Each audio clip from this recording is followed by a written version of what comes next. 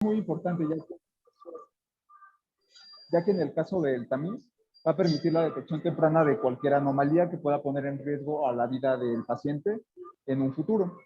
Y bueno, como les había mencionado, se cuentan con 3 tipos de tamices neonatales. En México, el más importante, el que se le pone más atención es el metabólico, pero también contamos con tamiz cardiológico, oftalmológico, auditivo y ortopédico. La que sigue, por favor.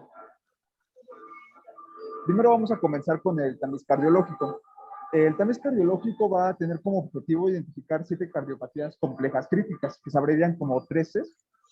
Y bueno, es importante esto ya que se requiere un manejo y un tratamiento oportuno, ya que estos pacientes cursan con una alta probabilidad de fallecer en los primeros días o semanas si no se tiene este manejo oportuno. Bueno, ¿cuáles van a ser estas 7 cardiopatías? Es el síndrome de corazón izquierdo hipoplásico, la tetralogía de Fallot, la atresia de la válvula pulmonar, el tronco arterioso, la conexión anómala total de las venas pulmonares, la transposición completa de las grandes arterias y la atresia de la válvula tricúspide. Si bien este tamiz nos va a permitir identificar alguna de estas, no nos va a permitir saber a ciencia cierta cuál de todas estas se trata, ya que en sí lo que va a permitir es identificar uno de ellos, de sus síntomas, que es la hipoxemia, tal y como lo podemos ver en este cuadro, ya que el procedimiento se va a basar en realizar una oximetría de pulso. Esta se debe realizar a las 6 horas del nacimiento o antes de las 48 horas de vida, idealmente en un rango óptimo de estas, principalmente a las 24 horas. Entonces, como les mencioné, se debe realizar oximetría de pulso. Esta se va a realizar no solamente en una extremidad, sino que se va a realizar en 2 extremidades derechas, tanto la mano como el pie. Se tienen que tomar también algunas condiciones, como el aire ambiente debe ser de 21%, debe haber un ambiente cálido y tranquilo, y se debe contar con equipo adecuado, ya que en ocasiones el oxímetro puede no tolerar el movimiento del bebé, por lo tanto afectar la medición. Entonces, ¿cuál va a ser el equipo adecuado? Un oxímetro que sea capaz de tolerar el movimiento y se encuentre totalmente calibrado. Entonces, una vez que realicemos este procedimiento, vamos a poder obtener 3 posibles resultados. El primero de ellos es negativo. El negativo es un resultado bueno, ya que vamos a poder continuar con los cuidados normales del recién nacido. Y para poder identificarlo, cuando se tome el oximetría, vamos a ver que la saturación tanto en la mano como el pie derecho va a ser mayor a 94% y que la diferencia entre ambos, es decir, la oximetría de la mano y del pie, va a ser menor al 3%. Y bueno, como les mencioné, se van a continuar con los cuidados normales del recién nacido. En cambio, si obtenemos un resultado positivo, es decir, que la saturación se encuentra en un rango del 90 al 94%, tanto en la mano como el pie derecho, o una diferencia mayor al 4%, se debe repetir esta prueba en 1 hora. Y bueno, si se repite la prueba y ahora es negativa, es decir, que la saturación sea mayor de 94, lo vamos a considerar un caso negativo, en el cual va a haber unos cuidados normales del recién nacido. Pero si al repetir la prueba en 1 hora vuelve a salir positiva, se tiene que volver a repetir, y si vuelve a salir positiva ya se va a considerar como un caso positivo inmediato. En este caso, vaya la redundancia, la saturación es menor del 90%, tanto en mano como pie derecha. Y en estos casos se tiene una alta probabilidad de que el paciente curse con una cardiopatía, por lo que se debe solicitar de manera inmediata un ecocardiograma, interconsulta por el pediatra y buscar las posibles causas de esta hipoxemia. La que sigue, por favor. Eso es en cuanto al tamiz cardiológico. El siguiente tamiz que vamos a revisar es el tamiz oftalmológico. Este va a tener como objetivo identificar patologías que puedan ocasionar discapacidades visuales a largo plazo, como la ceguera, un retinoblastoma o cualquier alteración que ponga en riesgo la vida del recién nacido. También, además de estas discapacidades, va a poder identificar algunos problemas de la cognición, del rendimiento escolar e incluso en un futuro de manipulación de tareas en la edad adulta. Y bueno, ¿cómo se va a llevar a cabo este procedimiento? Lo podemos ver en la siguiente diapositiva. Por favor, gracias. Primero se debe prestar atención al interrogatorio, ya que se debe preguntar acerca de antecedentes oculares familiares, ya sea de cataratas congénitas, glaucomas congénitos, que cuenten antecedentes de un retinoblastoma o alguna alteración en el vitrio. También se debe prestar alteraciones en la historia prenatal y perinatal que puedan condicionar a lesiones oculares como la asfixia perinatal o alguna infección intrauterina. Y también a condiciones congénitas propias del neonato, que favorezcan la aparición de estas alteraciones, ya sea una cromosomopatía, en albinismo. Eso es una exploración que se evalúe el reflejo rojo. Sí. ¿Qué pasó, Ramón? Bueno, le puedes poner pausa al video. Entonces, esta exploración del reflejo rojo, ¿cómo la vamos a realizar? Esta se realiza antes de las 24 horas de nacimiento y se debe realizar posteriormente de manera de rutina, ya que cada vez que vaya el paciente a consulta se debe realizar, ya que es un estudio, más que un estudio, un procedimiento que permite identificar alteraciones y es de bajo costo. Entonces, se va a requerir una habitación oscura y un oftalmoscopio. En este caso debe estar con 0 dioptrías.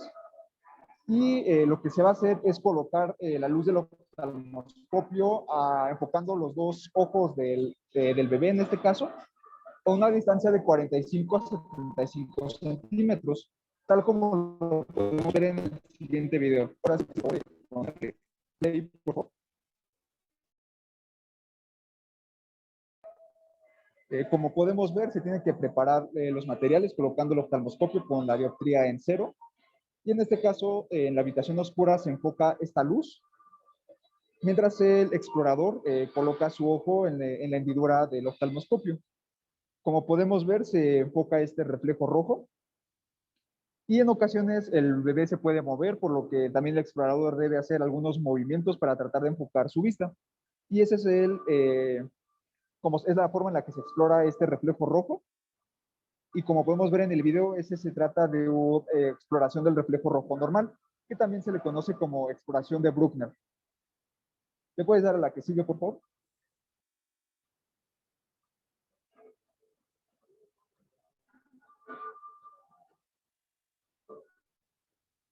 Gracias. Entonces, una vez que llevamos a cabo esta exploración, tenemos que distinguir entre dos principales alteraciones. Si el bebé es normal o no tiene, más bien no tiene alguna alteración en este reflejo, el niño lo que va a hacer es buscar la luz y ambos reflejos van a ser iguales.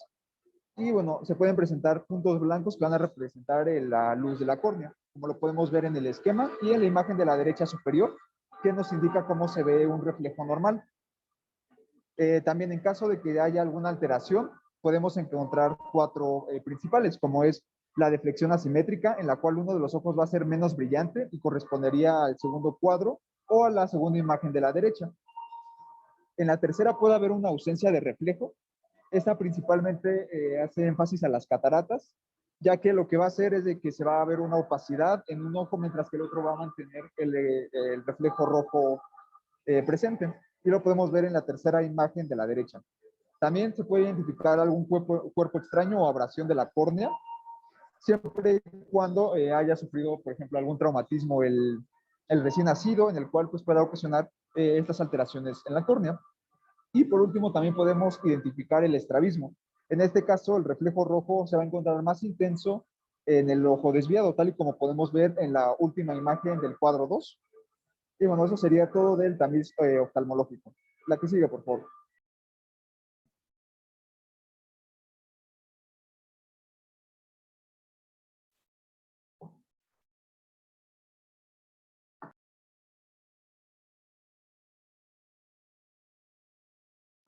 Y bueno, la otra práctica que vamos a hacer es el tamiz auditivo. Este lo vamos a realizar antes del mes de edad, o sea, antes de los 30 días de vida. Y porque va a depender, según el resultado, si el paciente presenta alguna normalidad durante el tamiz. Tenemos hasta los 3 meses, o bueno, lo preferible sería que antes de los 3 meses detectáramos cualquier problema para que el bebé pueda recibir un tratamiento oportuno, porque si hacemos un diagnóstico cuando el bebé ya tiene más de 6 meses, pues difícilmente va a tener un pronóstico bueno y una evolución buena de su enfermedad. Entonces, ¿en qué consiste el tamiz neonatal auditivo? Consiste en colocar un pequeño audífono en el oído del bebé. Esta prueba dura unos segundos y registra la capacidad auditiva del bebé. todo recién nacido tiene que hacerse esta prueba. También es importante que sepamos que este es un método no invasivo. Vamos a ver más adelante cuáles son los métodos que se hacen. Y el periodo crítico, como les decía, para identificar y reparar la pérdida auditiva es antes de los 6 meses de edad. Entonces, si hacemos un diagnóstico y un tamizaje adecuado dentro de las primeras semanas de vida y no presentan ninguna anormalidad, pues está muy bien. Si presentan alguna anormalidad, pues es el momento oportuno para que el paciente reciba tratamiento. Y justamente el propósito o el objetivo principal de hacer el tamiz auditivo es para la prevención de la pérdida de la audición. Se debe realizar este tamiz audiológico a todo recién nacido, pero principalmente a los recién nacidos que presenten factores de riesgo. ¿Cuáles son estos factores de riesgo? Pues principalmente bebés prematuros, con infecciones, bueno, las TORCH, también que tengan un Apgar bajo de 0 a 4, y pues si es posible antes del egreso hospitalario o en su defecto antes del mes de edad, de los 30 días de nacido. Entonces, pues el tamiz auditivo realmente es una prueba sencilla, es rápida, es confiable y permite detectar la disminución de la audición o de la sordera en recién nacidos y no causa dolor o molestia alguna. Entonces, pues también es un método no invasivo.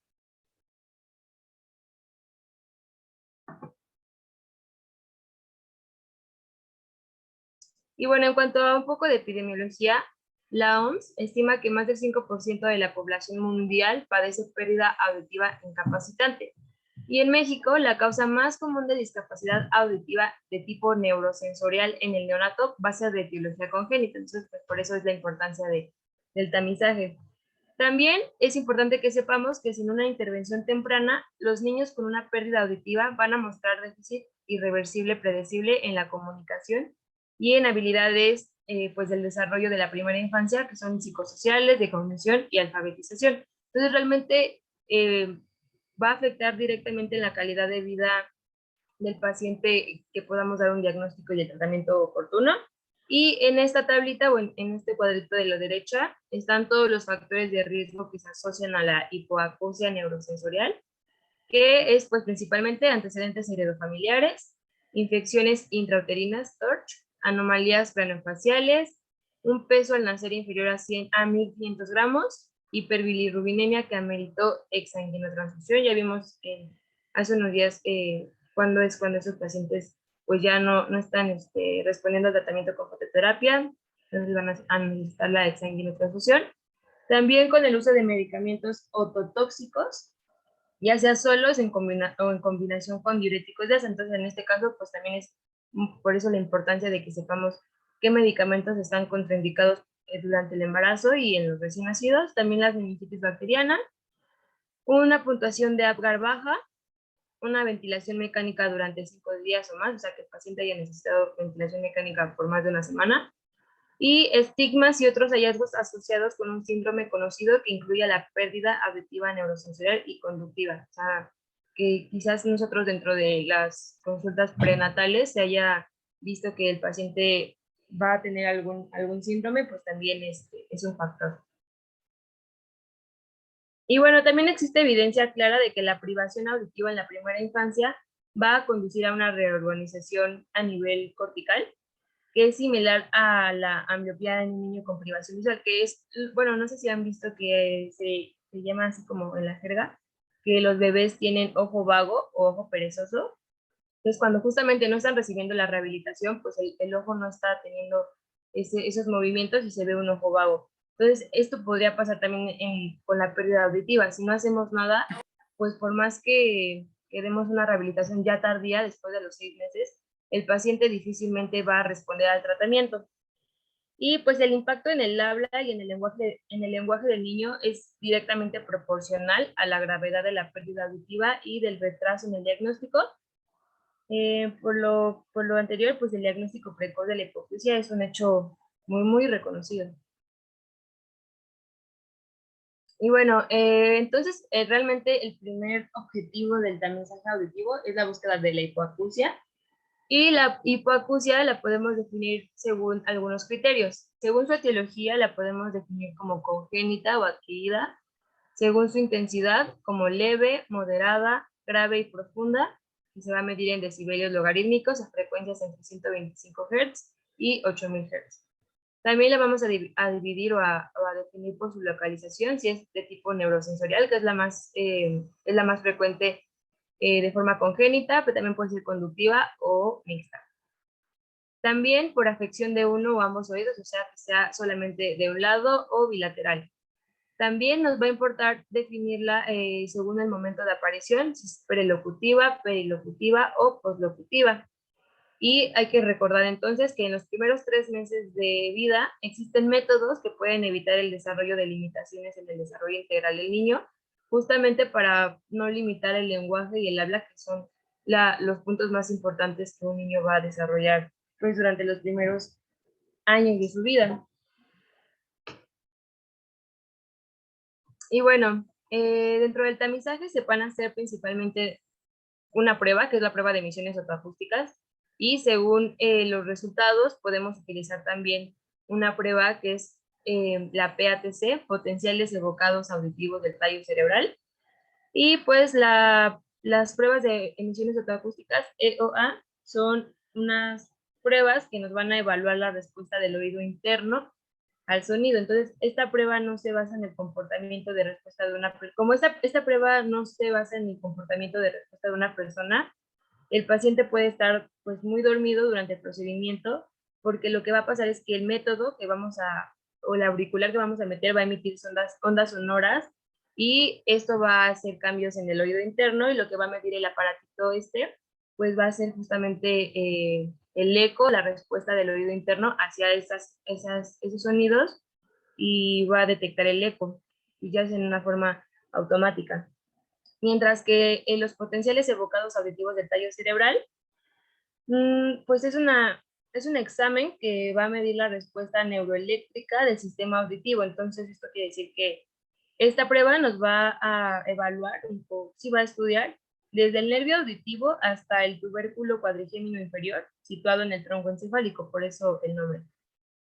Y también va a ser ante un estímulo sonoro. Entonces, esta va a ser la primera prueba que vamos a hacer, la EOA, y si sale positiva tenemos que confirmarla 6 semanas después de la primera toma, y si continúa siendo positiva, o sea que hay alguna normalidad, ya vamos a hacer un PATC. Entonces, las indicaciones para hacer un PATC es que se hayan realizado 2 EOAs previos, y si este PATC sale anormal, pues ya es cuando vamos a necesitar la adaptación de auxiliares auditivos y la rehabilitación auditiva antes de los 6 meses de edad. Y pues aquí realmente ya es con un abordaje de tercer nivel con un especialista.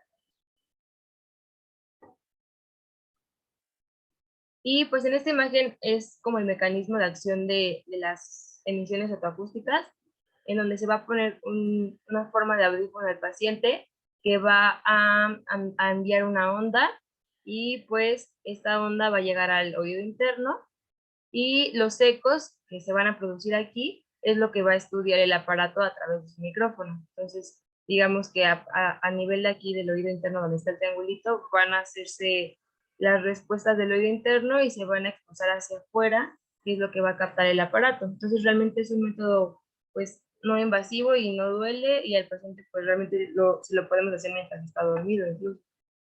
Y esta imagen es para representar los potenciales enfocados del tallo cerebral.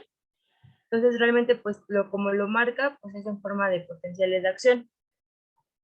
Y según la GPC, este algoritmo, pues, lo podemos entender ya como más integral. Cuando tenemos emisiones otoacústicas antes del egreso o antes de las 72 horas positivas y que presenta una respuesta, pues significa que sí pasa y el niño va a tener una audición normal y está también con un control del niño sano. Si el paciente no presentó respuesta ante la evaluación, se va a necesitar una toma nuevamente de esta prueba, y es lo que les decía, se hacen 2 para confirmar, y ahora se va a hacer la de tallo cerebral.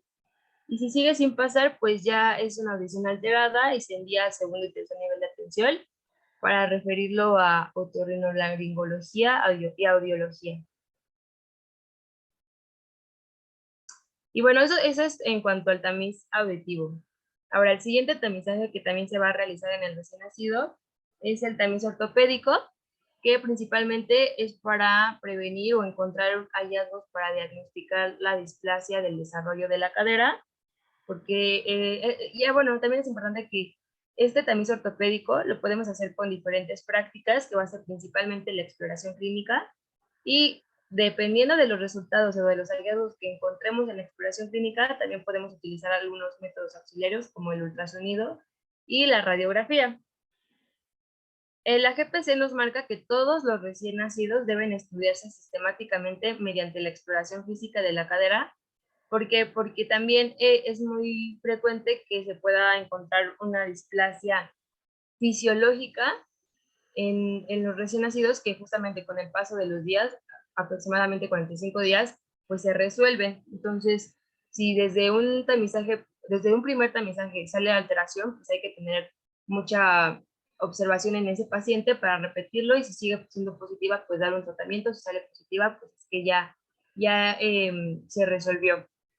Y los factores de riesgo para esta enfermedad pues son principalmente que existan una asociación con otras anormalidades musculoesqueléticas, o sea, que el paciente tenga alguna otra enfermedad, alguna cromosomopatía o algún síndrome de músculo y esqueleto. También es un factor de riesgo la presentación pélvica, oligohidramnios, un peso mayor a 4 kilogramos, y pues obviamente que dentro de la exploración clínica que hagamos haya pruebas alteradas de Ortolani o Barlow. Y bueno, también para dar un poco más de contexto en cuanto a la displasia del desarrollo de la cadera, la vamos a definir como una anormalidad anatómica de la articulación coxofemoral. O sea, va a haber un borde anormal del acetábulo, aquí.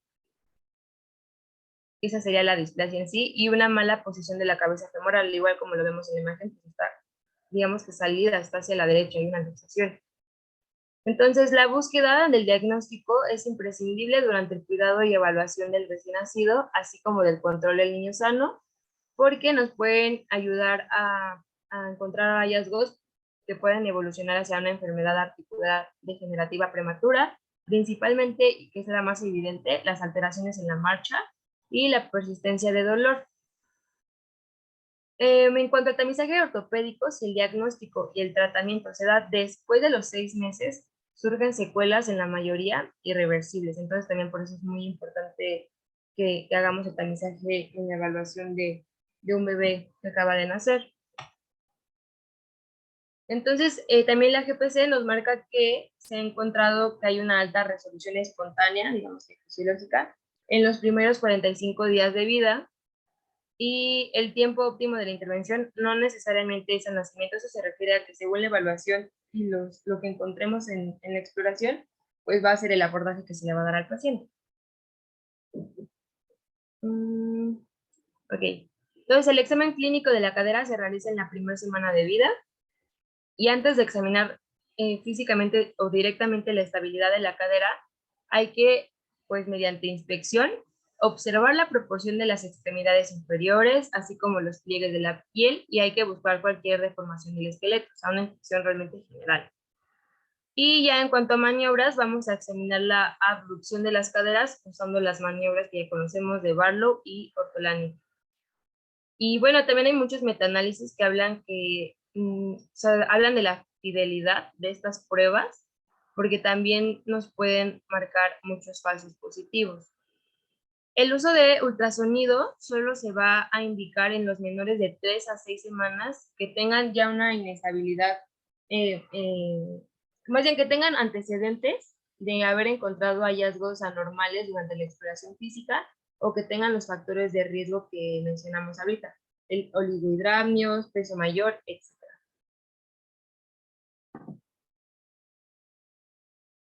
Y bueno, entonces la displasia congénita de cadera va a ser el diagnóstico clínico.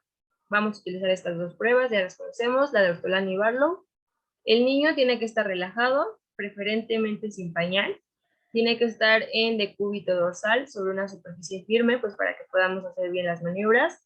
Y técnicamente, o sea, bueno, más bien prácticamente una mano lo que va a ser estabilizar la pelvis, y con la otra flexionamos las rodillas y vamos a evaluar la cadera de lado. Bueno, lo preferible es que sea de los dos lados, obviamente.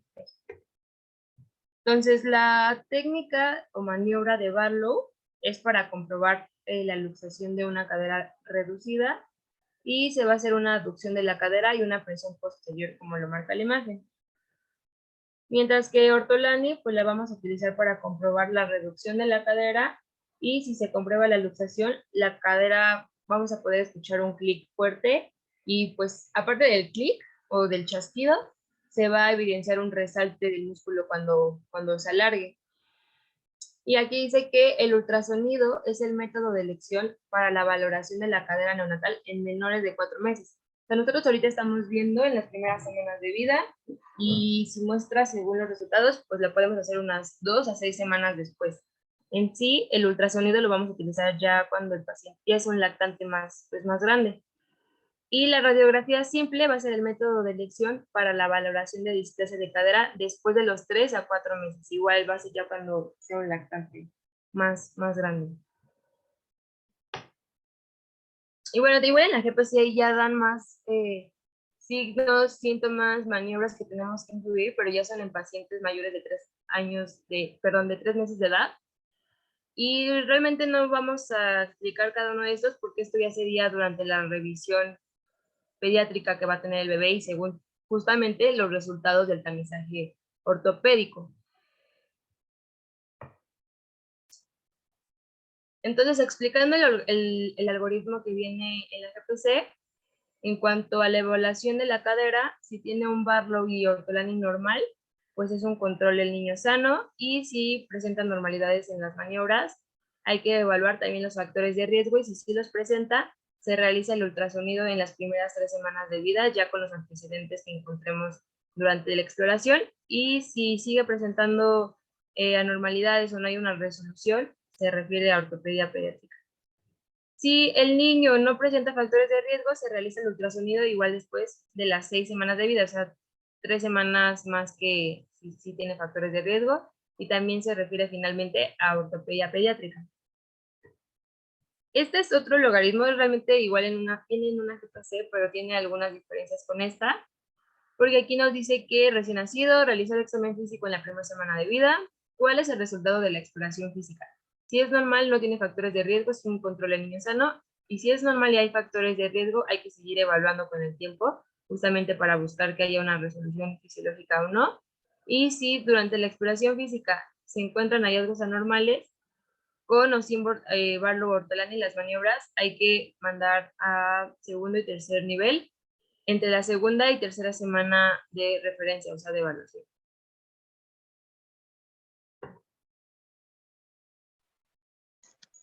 Bueno, pasando al tamiz metabólico neonatal, este se considera un examen de laboratorio que se realiza al recién nacido y se hace más que nada con el propósito de detectar alguna enfermedad o deficiencia metabólica antes de que ésta se manifieste. Y pues se hace para que se pueda proporcionar un tratamiento adecuado y pues prevenir un daño grave o irreversible a la salud del recién nacido. Y aquí, como vemos, se realiza idealmente entre el tercer y el quinto día del nacimiento, pero también se mencionaba que por lo menos se podría hacer antes de los 30 días de vida. Y por otra parte, también tenemos el tamiz neonatal ampliado, que es similar al tamiz metabólico básico, porque pues es el mismo procedimiento, pero la única diferencia es que se pueden identificar de 20 hasta 67 errores innatos del metabolismo. Y pues básicamente es el mismo objetivo y el mismo procedimiento. La que sigue, por favor.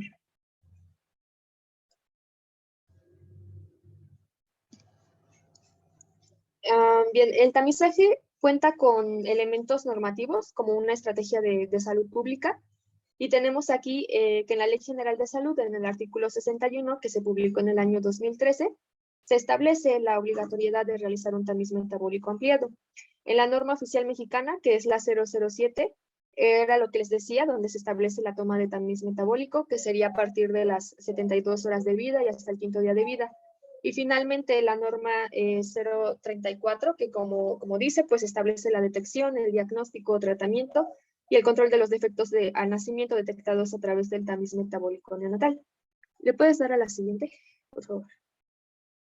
Continuamos con el material para la toma de muestra. Lo primero que hay que tomar en cuenta es la ficha de identificación que se usa porque cada etapa del programa del tamiz requiere de una serie de datos necesarios para llevar a cabo cada función. Por esto mismo, pues se llenan los formatos correspondientes, como lo es esta ficha, que requiere que sea, por ejemplo, letra de molde clara, no utilizar máquina de escribir, y solo se envía una copia al laboratorio correspondiente.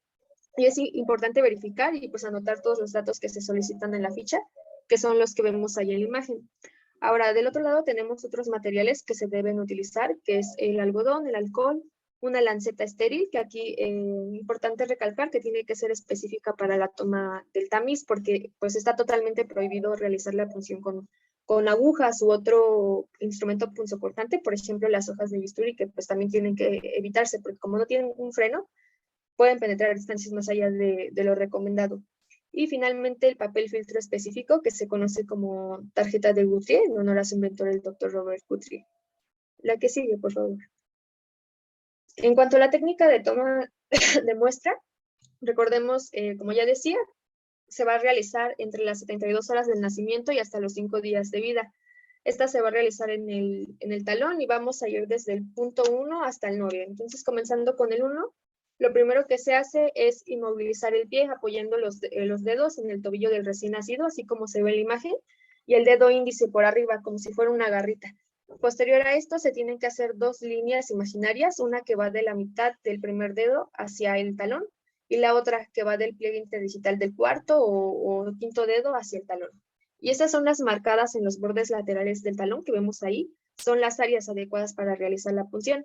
De preferencia, pues tiene que hacerse en la porción más lateral de la superficie plantar y pues no tiene que excederse por lo menos 2.4 milímetros de profundidad. Seguido de esto, se tiene que limpiar el área a puncionar con el algodón impregnado de alcohol. Se deja evaporar el exceso y posterior a esto se introduce la punta de la lanceta con un solo movimiento en dirección casi perpendicular a la superficie del pie. La que sigue, por favor. Una vez que se funciona, las gotas de sangre tienen que ser grandes, que llenen por lo menos el círculo completo y que impregne la cara posterior de la tarjeta de papel filtro. Para esto, pues hay que poner la superficie del papel filtro en contacto con la gota de sangre hasta llenar los círculos de la tarjeta y así hasta llenar todos los demás círculos de la misma. Ahora bien, al terminar la muestra, se tiene que presionar el área de la punción con un algodón limpio y seco y se puede poner un parchecito para cerrar la lesión. También se tiene que dejar secar ya las hojas de papel filtro. Habitualmente pues las muestras se secan en 2 o 3 horas a temperatura ambiente. Y pues nunca hay que dejarlas cerca de una fuente directa de calor ni secarlas por otros medios físicos para que no se dañe la muestra. Finalmente, ¿qué va a pasar con esta muestra? Se va a guardar con la ficha de identificación en un sobre y se va a almacenar en un lugar fresco o en un refrigerador para que pueda durar unos 30 días por lo menos. En cuanto a las observaciones, incluye no tomar la sangre en tubos capilares porque se pueden formar coágulos microscópicos, y se puede raspar la superficie del papel. Además, para evitar la hemólisis y la mezcla con líquido intersticial, se recomienda no exprimir el área vecina. Para el caso de obtener una mejor afluencia de sangre, pues se recomienda colocar el pie por debajo del nivel del corazón, como si lo estuviéramos cargando, o que quede colgadito el pie. Y se recomienda que las muestras queden a temperatura ambiente por una semana, o también, como decía, pues, que se almacenen para que dure unos 30 días. La que sí. Bueno, las muestras también tienen características que definen si estas son adecuadas o no. En cuanto a la muestra adecuada, es en donde las gotas de sangre son grandes al grado que llenan el círculo completo e impregnan la cara posterior de la tarjeta de papel filtro. Y por otra parte, tenemos una muestra inadecuada que no reúne los requisitos para ser analizada y pues puede ser por alguna de estas causas. Por ejemplo, que la gota de sangre se extienda al círculo vecino, que normalmente sucede cuando la gota se extiende sobre el papel. También que sea una muestra sobresaturada, o sea, varias gotas de sangre que impregnen en el mismo círculo, que sea una muestra insuficiente, que puede ser por 2 causas. Una gota de sangre muy pequeñita y los círculos pues no se llenaron completamente, o bien que la gota de sangre pues no impregna la parte posterior de la tarjeta del papel filtro. Y también puede ser una muestra diluida, que en este caso, pues la sangre no se mezcla con alcohol, porque pues la piel no se dejó secar. Y le puedes dar a la siguiente.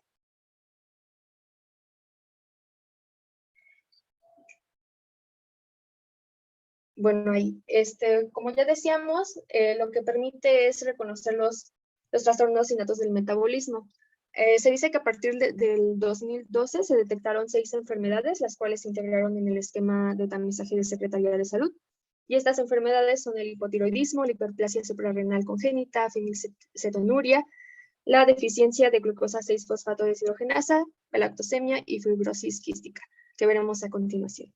La que sigue, por favor. Bueno, el hipotiroidismo congénito es una enfermedad endocrina que se presenta desde el ¿Me nacimiento. permiten un segundo, por favor? Sí. Tengo un niño en paro. Yo creo que aquí le dejamos, por favor, y mañana continuamos. Nos quedamos con hipotiroidismo, ¿sí? Discúlpenme, pero es que está en paro el bebé.